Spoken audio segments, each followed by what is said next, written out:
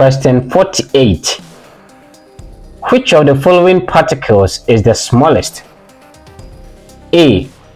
Argon. B. Cl-. C. S2-. D. K+ ion. The correct answer is D. K+ ion.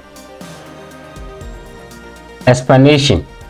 When atoms lose electrons, in this case, for example, potassium plus, K+, they get smaller because there are fewer electrons pulling against the electropositive nucleus.